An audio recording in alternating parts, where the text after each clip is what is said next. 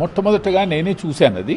చూడంగానే వెళ్ళి నా శక్తి మేరకి వాళ్ళని ఒకరి నుంచి ఒకరు దూరం జరిపే ప్రయత్నం చేశాను. ఇంతలో చంద్రకాంత్ గారు పరిగెత్తుకుంటూ వచ్చారు.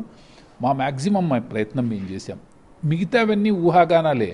కార్కి తాకిందా లేదా, వాళ్ళిద్దరి మధ్యలో ఏం జరిగింది అనేటువంటివన్నీ మామూలుగా సీసీటీవీలో చూస్తే ఆడియో రావట్లేదు. సీసీటీవీలో ఉట్టి బాడీ లాంగ్వేజ్ మాత్రమే కనబడుతుంది. ఇద్దరు ఒకరి మీద ఒకరు అరుచుకుంటున్నారనేటువంటిది తెలీదు. అవంతా ఏమీ తెలీదు. ఏం జరిగిందంటే ఇక్కడ నేను కూర్చున్నానండి, నాకు గట్టిగా నాగిరెడ్డి గారి అరుపు వినబడింది. ఏమైందా అనుకొని బయటికి పరిగెత్తాను.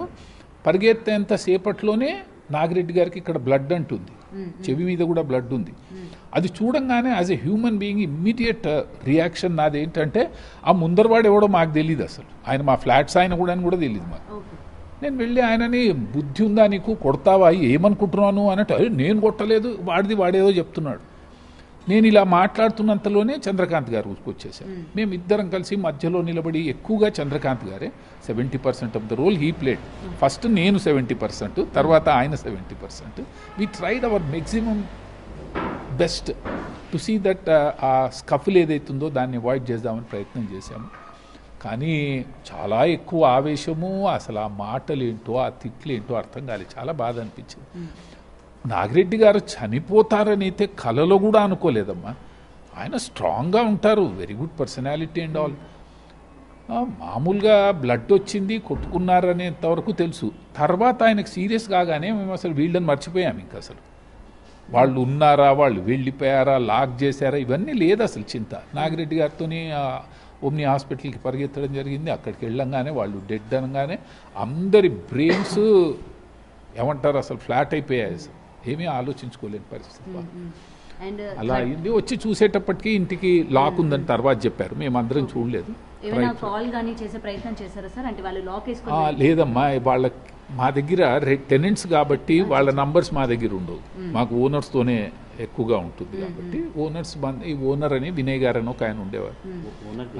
తర్వాత ఓనర్ గారు ట్రై చేశారు ఫుల్. ఇక అది మామూలు కామన్ థింగ్. వాళ్ళ అన్ని ఫోన్స్ స్విచ్ ఆఫ్ చేసి పెట్టుకోవడం అనుకుంటాను నేను. అవన్నీ నాకు తెలియని విషయాలు ఊహాగానాలు చెప్పడం అంత కరెక్ట్ కాదు. Because this is almost A death case కాబట్టి ఏది జరిగినా న్యాయం జరగాలని అని అనుకుంటున్నాము. ఇది సంగతి. ఏదైనా ఇంతకుముందు చంద్రకాంత్ గారు చెప్పినట్టు ఉచిత సలహా ఒకటి ఇవ్వమంటే, ఆ కార్కి తాకిన దెబ్బతోని కోట్ల రూపాయల నష్టం కాదు, మనిషి ప్రాణం పోతే మళ్ళీ తిరిగి రాదన్న విషయం తెలుసుకున్న రోజు అందరూ కాస్త తెలివిగా ప్రవర్తిస్తారేమో అనిపిస్తుంది. ఎంత చిన్న ఇష్యూ అమ్మా. నేను కార్ వెనకాల నేను చూశాను.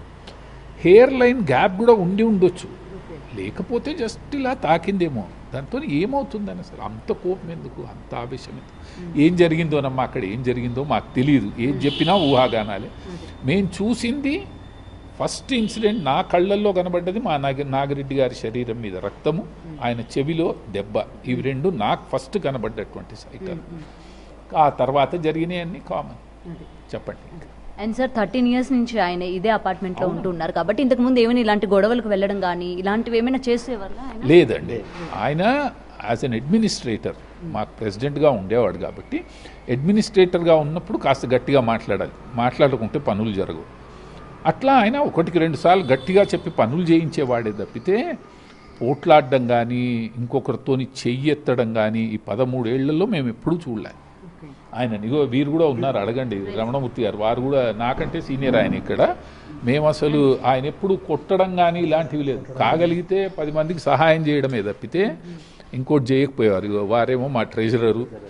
ఇప్పుడు అందరూ వచ్చారు, పొద్దున్నుంచి ఎవరు లేరు కానీ ఇప్పుడు అందరూ వచ్చారు. అదేమ్మా అట్లా అయ్యింది. ఏదైనా జరిగిన ఇన్సిడెంట్ చాలా బాధాకరం. మేమందరూ ఏదో 4 మాటలు చెప్తాం కానీ పాపం వారి వైఫ్ అన్నపూర్ణ గారిని తలుచుకుంటే అసలు గుండె పిండేసినట్టు అవుతుంది అన్నట్టు. పాపం ఎంత మంచి వాళ్ళు పాపం. ఆమెకు జీవితాంతం ఆమె భరించాలమ్మా. మనమంటే ఏదో వస్తాము, సహాయం అయితే సహాయం చేస్తాం, బాధపడతాం కొన్ని రోజులు. ఎవరి సంసారం వాళ్ళది, ఎవరి జీవితాలు వాళ్ళవి. కానీ ఆవిడకు మాత్రం ఆయన్నే సర్వస్వం కదా. ఒక మనిషి పోతే పాపం ఆవిడ ఎలా బతకాలి ఇంకా. అసలు చాలా బాధాకరం అమ్మ. ఆమెది మీ బిగ్ టీవీలో వచ్చిన ఆమె మాటలు వింటూ ఉంటే అసలు గుండె ద్రవించిపోయింది అనుకోండి. అంత బాధ అనిపించింది మనసులు. కలలో కూడా ఎవ్వరికి, పగవాడికి కూడా ఇలా జరగొద్దు అసలు అని అనిపిస్తుంది నాకు మనసులో. కాస్త బుద్ధి, మనిషికి ఆవేశం వస్తే బ్రెయిన్లోకి బ్లడ్ సర్క్యులేట్ అయిపోయి బ్రెయిన్ పనిచేయడం బంద్ చేస్తుంది. First a person should know that he should not come in to anger. Once he comes into anger, lot of blood will be ఏమంటారు thrust into his brain and his brain stops working. So that's where మనిషి ఆ తెలివి use చేస్తే ఎంత బాగుంటుందో. మరి ఏం చెప్తాం, సినిమాలన్నీ ఎలా తీస్తున్నారు, హీరో ఒక్కడిని కొడితే 10 మంది కింద పడిపోవడము, కొట్టిన వాడే హీరో, ఇలాంటివన్నీ వస్తే మరి ప్రజలు అలాగే తయారవుతారు. అందరికీ సోషల్ ఎక్కువ మాట్లాడుతున్నట్టున్నాను, అనవసరమైన సబ్జెక్ట్. ఓకేనా? ఇన్ఫర్మేటివ్. ఎందుకంటే క్షణికావేశంలో తీసుకున్న నిర్ణయాల వల్ల ఈ రోజు ఎలా జరుగుతున్నాయి మనం చూస్తూ. క్షణికావేశానికి నేను కారణం కూడా చెప్తున్నానమ్మా. క్షణికావేశానికి 190% కారణం ఏంటంటే ఫిలిమ్స్. మనం అనుకుంటాం ఫిలిం వలన ఏం ఇంపాక్ట్ ఉంటుంది అని. చాలా ఇంపాక్ట్ ఉంటుంది ఫిలిం వల్ల. పర్టికులర్లీ యంగర్ బ్రెయిన్స్ మీద అయితే ముద్రలాగా పడిపోతుంది. పిచ్చి పిచ్చి సినిమాలన్నీ ఎంతసేపు క్రైము, కొట్టుకోవడము, చంపుకోవడం, ఇది తప్పితే ఇంకోటి చూపెట్టడం లేదు. హీరో అంటే పేషెంట్గా ఉండేవాడు హీరోనా, అసలు పేషెన్స్ లూజ్ అయి కొట్టేవాడు హీరోనా అర్థం అవ్వట్లేదు. పేషెన్స్తో ఉన్నవాడు జోకర్ లాగా అయ్యాడు, ఇప్పుడు కొట్టేవాడు హీరో అయ్యాడు. ఐ డోంట్ నో ఎప్పుడు ఈ సమాజం మారుతుందో, మరి ఇలాంటి సినిమాలు ఎప్పుడు బంద్ చేస్తారో, మంచి సినిమాలు ఎప్పుడు వస్తాయో, యూత్ ఎప్పుడు బాగా అవుతారో. మంచి వాళ్ళు మంచిగా అవుతున్నారు, చెడిపోయిన వాళ్ళు ఇంకా చెడిపోతున్నారు. చాలా బాధ అనిపిస్తుంది చూస్తుంటే. So many things. Sorry for the state of affairs. I wish Annapurna గారికి ఆ భగవంతుడు ధైర్యాన్ని ఇచ్చి జీవితాన్ని 10 మంది సేవలు ఆమె స్పెండ్ చేస్తూ, వాళ్ళు చాలా మంచి భక్తులండి. అసలు విషయం చెప్పడం మర్చిపోయాను. నాగిరెడ్డి గారు కానీ అన్నపూర్ణ గారు కానీ ఒక్క రోజైనా సరే గుడికి పోకుండా ఉండేవాళ్ళు కాదు. ప్రతిరోజు గుడికి వెళ్ళేవాళ్ళు, ప్రతిరోజు గుడికి వెళ్ళేవాళ్ళు. ఆంజనేయ స్వామి గుడికి వెళ్ళేవాళ్ళు. చాలా భక్తులండి ఇద్దరు, చాలా మంచి భక్తులు, చాలా మంచి భక్తులు ఇద్దరు. ఆమెకు ఆ భగవంతుడే, ఆ సాయినాథుడిని వాళ్ళు నమ్ముకున్నారు. ఆయన వీళ్ళకి ధైర్యాన్ని ఇచ్చి ఆ కుటుంబాన్ని మంచిగా చూడాలని మనస్ఫూర్తిగా కోరుకుంటున్నాను. మా అందరి తరఫున, ఏదో నేను పెద్దవాడిని కాబట్టి అందరి తరఫున నేనే చెప్తున్నాను అనుకోండి, సరేనా? Thank you for coming here and let this be a message to all the people who come in to emotion unnecessarily. I wish that ప్రపంచం ఇలా కాకుండా ఆనందంగా సంతోషంగా ఉండే రోజు తొందరగా రావాలని మనస్ఫూర్తిగా కోరుకుంటున్నాను. Thank you so much.